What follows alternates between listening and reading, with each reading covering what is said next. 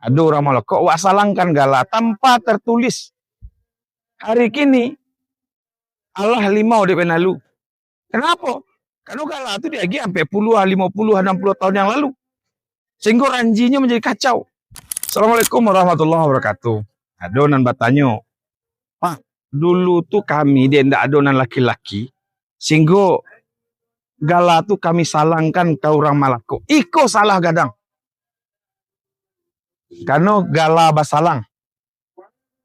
Karena ndak ada laki-laki dia kita, karena masih ketek-ketek, ada orang Malako wak salangkan gala tanpa tertulis.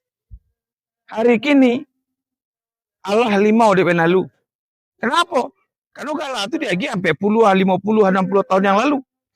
Sehingga ranjinya menjadi kacau. Badek dipinjam diagi gala ke orang atau dipinjamkan gala.